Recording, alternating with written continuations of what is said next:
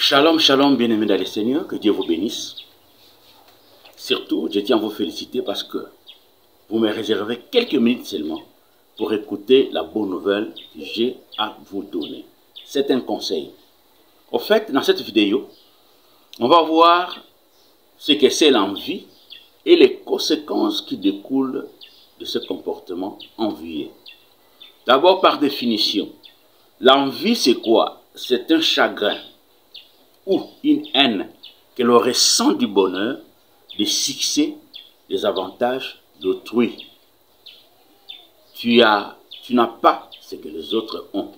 Ou bien les autres ont quelque chose que tu n'as pas. Tu as toujours désiré avoir une voiture, mais tu n'en as pas. Mais tu vois ça chez les autres. Tu te poses des questions. Il y a un sentiment négatif qui monte dans ton cœur quant à ça. Ça, c'est l'envie. Chaque fois que tu ressens une sorte de haine, une sorte de chagrin, quand quelqu'un réussit dans ce qu'il fait, quelle que soit la source de sa réussite, c'est ça l'envie. C'est un sentiment de vouloir jouir d'un avantage pareil à celui d'autrui. On veut se comparer. Lui a eu, moi aussi je vais avoir ça. Ça, c'est poussé par l'envie. Merci, ne quittez pas, parce que je dois parler des conséquences de l'envie, c'est important. Voyons la première conséquence. Mais avant de citer les conséquences, je vais vous citer un passage biblique intéressant. Nous sommes dans Proverbes chapitre 24, 1 à 2. Ne porte pas envie aux hommes méchants et ne désire pas être avec eux. Car leur cœur médite la ruine et leurs lèvres parlent d'iniquité. Dans le monde d'aujourd'hui, rempli de péchés, où les équilibres sont rompus, où il y a une sorte de... Parler de quoi? Une sorte de classe qui s'est créée. Il y a une partie des riches et des pauvres.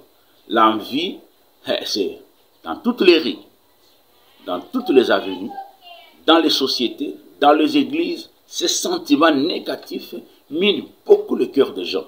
La première conséquence qui arrive quand vous commencez à envier une personne, c'est le changement de comportement. La Bible parle, ne porte pas envie. Dans la définition, on parle de la haine, du chagrin.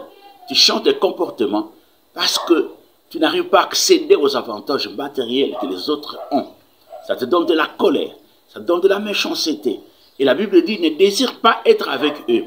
Beaucoup cherchent à s'approcher de ces personnes. Un ami qui a réussi dans la vie. Tu te poses la question, ou bien tu lui poses la question, comment es-tu arrivé à ce niveau? Et beaucoup te diront, je ne dis pas que toute richesse vient du diable, mais dans la plupart des cas, parce que la Bible parle des hommes méchants, la source de richesse est douteuse. Il y en a ceux qui sont dans la drogue, beaucoup sont dans les sciences occultes, beaucoup sont dans les détournements, certains dans les vols, et beaucoup d'autres dans les trafics illicites, dans les ventes de matières interdites par la loi. Et aujourd'hui, les gens roulent carrosse, de gros immeubles, de gros investissements. Et aujourd'hui, quand vous creusez, vous trouvez que dans la plupart des richesses, la source est illicite. Malheureusement. Alors, beaucoup de gens changent de comportement et sont affectés par ces personnes méchantes ou qui gagnent leur vie méchamment, illicitement, parce que ces gens vont vous dire carrément, ah, tu veux arriver à mon niveau. Moi, j'ai été initié par telle science. Qu'est-ce que tu vas faire? Parce que tu as besoin des choses matérielles. Tu vas aller là-bas. Et fais attention. Vois plus loin. Parce que les conséquences sont là. Tu ne sais pas à quoi tu attends. Tu ne sais pas à quoi tu as livré ton âme. Il y a certaines pratiques. Quand vous entrez là-dedans, vous n'en sortez plus. Hein? Vous hypothéquez votre destinée. Vous hypothéquez votre avenir. Vous hypothéquez l'avenir de vos enfants. S'il vous plaît. Il y a des gens qui ont été affectés par des hommes méchants et qui sont devenus comme eux parce qu'ils ont été curieux de savoir comment ils sont arrivés à ce niveau. Je crois que dans les psaumes, on parle d'Asaph qui portait envie aux méchants. Il allait tomber. Il se posait des questions. Pourquoi les autres sont bien? Ils ne connaissent pas Dieu. Ils ne prient pas Dieu. Ils ne craignent pas Dieu. Mais apparemment, tout marche sur des roulettes. Mais moi qui cherche Dieu, moi qui gêne, moi qui crains Dieu, la situation économique, financière, sociale ne bouge pas du tout. Ah, fais attention. le changement de comportement. Donc, beaucoup de comportements que nous voyons, méchants, colériques, tout ça, c'est poussé ou créé par l'envie. On n'a pas ce que les autres ont. On veut avoir ça, mais on n'y arrive pas. Et ça crée la haine, le chagrin, les soucis. Deuxième conséquence, c'est le doute sur Dieu. Je crois que tu viens de citer l'histoire d'Azaph. Tu vas commencer, si tu es chrétien, là je te parle sérieusement en tant que serviteur de Dieu, fais attention. À la fin, je donnerai un petit conseil. Comment combattre l'envie? Parce qu'on parle de l'envie et ses conséquences, on doit parler des solutions. Beaucoup doutent de Dieu. Ils trouvent que Dieu est injuste. Pourquoi les uns sont riches et les autres sont pauvres? Pourquoi les uns gagnent et les autres perdent? Pourquoi c'est, comme on dit souvent en français, deux poids, deux mesures? Non, cher bien-aimé dans le Seigneur. À tous, Dieu a donné l'intelligence et la sagesse. À tous, Dieu a donné la capacité ou la volonté d'aller étudier ou de ne pas étudier. Si les autres ont réussi, ce n'est pas ton problème. Toi aussi, bats-toi pour réussir. Tu vois, pour réussir dans la vie, pour être riche, il faut respecter les principes. Il faut étudier. Il faut beaucoup de sacrifices et beaucoup de patience pour monter des gradins. Ce n'est pas facile. Beaucoup de gens que tu peux poser la question, tu as fait quoi pour devenir riche? Il va te donner une litanie de conditions et des étapes par où il est passé pour arriver au standing ou au statut qu'il a aujourd'hui.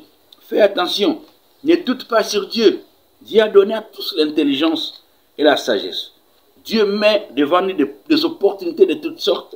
Et parce que les autres ont saisi, ils sont arrivés là où ils sont arrivés. Et toi qui ne les as pas saisis, tu es rongé par l'envie. Troisième conséquence, c'est la mauvaise perception de la richesse. Beaucoup, parce qu'ils ne possèdent pas ce que les autres ont, ils se disent, toute richesse vient du diable. Celui-là, hey, tel immeuble, doit avoir l'incodia.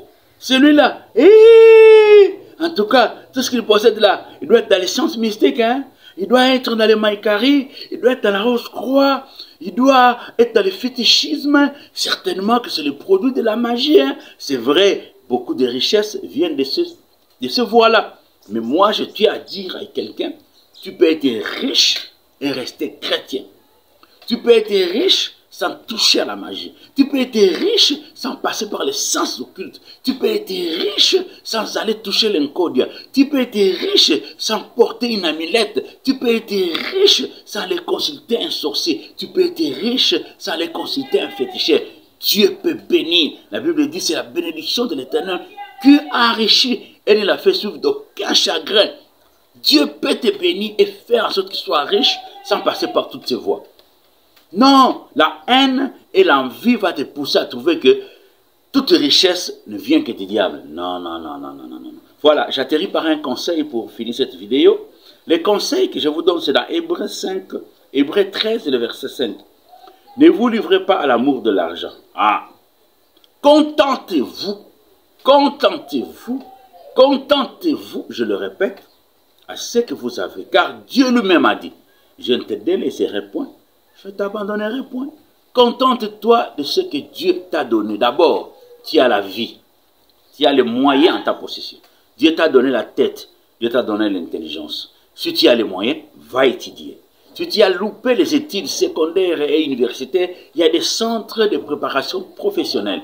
Va apprendre comment pianoter sur un ordinateur. Va apprendre comment conduire un véhicule. Va apprendre comment on peut fabriquer les produits agricoles, par exemple, fabriquer du savon, fabriquer des jus, toutes ces choses-là. Il y a des centres qui apprennent ça. Tu paies. Beaucoup de gens souffrent parce qu'ils ne veulent pas travailler. Ils sont paresseux. Il ne faut pas attribuer le mal à Dieu. Contentez-vous de ce que vous avez. Si Dieu a permis à ce que vous puissiez vivre avec 100 $, que vous êtes tranquille chez vous, contentez-vous de ces 100 $. Dieu a dit, je ne te délaisserai point. Quand Dieu dit ça, ça doit te rassurer.